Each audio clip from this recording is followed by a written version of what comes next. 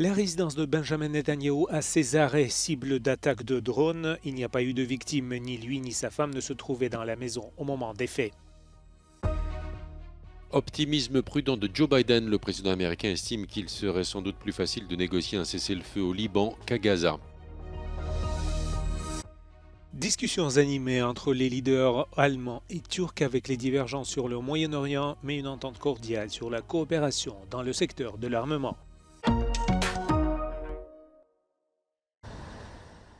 Le gouvernement israélien a déclaré samedi qu'un drone avait été lancé depuis Liban en direction de la maison du Premier ministre Benjamin Netanyahou à Césarée, une ville côtière entre Tel Aviv et Haïfa. Ni lui ni sa femme n'étaient à la maison et il n'y a pas eu de victimes, a déclaré son porte-parole. L'armée israélienne a indiqué qu'un bâtiment avait été touché dans la ville, célèbre pour ses villas de luxe, ses ruines romaines et son amphithéâtre. En septembre, les rebelles houthis du Yémen ont lancé un missile balistique en direction de l'aéroport Ben Gourion au moment où l'avion de Netanyahou atterrissait. Le missile a été intercepté. Au moins une personne a été tuée et d'autres blessées à la suite d'une frappe sur la ville de Haïfa dans le nord d'Israël, alors que l'armée israélienne déclare que plus de 100 roquettes ont été tirées sur Israël depuis le Liban. Israël, quant à lui, poursuit ses frappes aériennes sur Gaza et plus de 50 personnes ont été tuées en 24 heures, selon les responsables d'hôpitaux locaux. Joe Biden moyennement optimiste quant à un cessez-le-feu au Moyen-Orient. Le président américain estime qu'il serait sans doute moins difficile de négocier avec le Hezbollah au Liban qu'avec le Hamas dans la bande de Gaza. Joe Biden avait d'abord voulu voir dans l'élimination de Yahya Sinwar une opportunité pour un retour à la table des négociations. De son côté, le Premier ministre britannique Keir Starmer assure que les alliés s'efforcent de désamorcer les tensions et conviennent qu'il n'y a pas de solution uniquement militaire. Washington considérait le commanditaire des massacres du 7 octobre comme un obstacle au dialogue. Selon un conseiller à la sécurité de la Maison-Blanche, il est trop tôt pour savoir qui pourrait prendre la place de Sinwar et quels pourraient être les objectifs du nouveau chef du Hamas.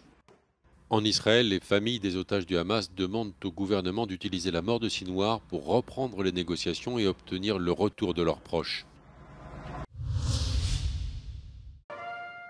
Les ministres de la Défense du G7 ont réaffirmé leur unité face à l'escalade des conflits au Moyen-Orient et à la guerre menée par la Russie en Ukraine. Une déclaration commune issue de leur toute première réunion qui s'est tenue samedi à Naples, en Italie, a exprimé une détermination commune à relever les défis en matière de sécurité à un moment de l'histoire marqué par une grande instabilité. Le G7 a réaffirmé son soutien indéfectible à l'Ukraine qui se défend depuis près de 3 ans contre la guerre d'agression brutale et illégale menée par la Russie. Le texte condamne également les attaques à grande échelle de missiles balistiques iraniens contre Israël et souligne l'importance pour toutes les parties d'agir dans le respect du droit international. Finalement, les chefs de la défense du G7 ont exprimé leur inquiétude face à toutes les menaces pesant sur la sécurité de la FINUL au Liban, soulignant que la protection des forces de maintien de la paix incombe à toutes les parties à un conflit.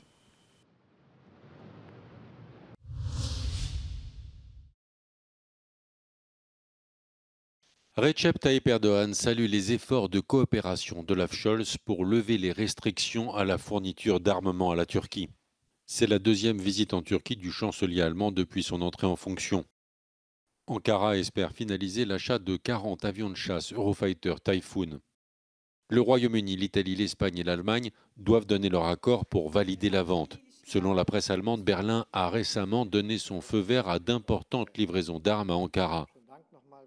Il s'agirait notamment de missiles antiaériens pour une valeur de centaines de millions d'euros. Selon Olaf Scholz, la Turquie est membre de l'OTAN et c'est pourquoi l'Allemagne prend toujours des décisions qui conduisent à des livraisons concrètes. Le chancelier assure que le Royaume-Uni fait avancer le projet et que les négociations ont maintenant commencé. Après l'offensive turque en Syrie en 2016, l'Allemagne avait considérablement réduit ses ventes d'armes à Ankara.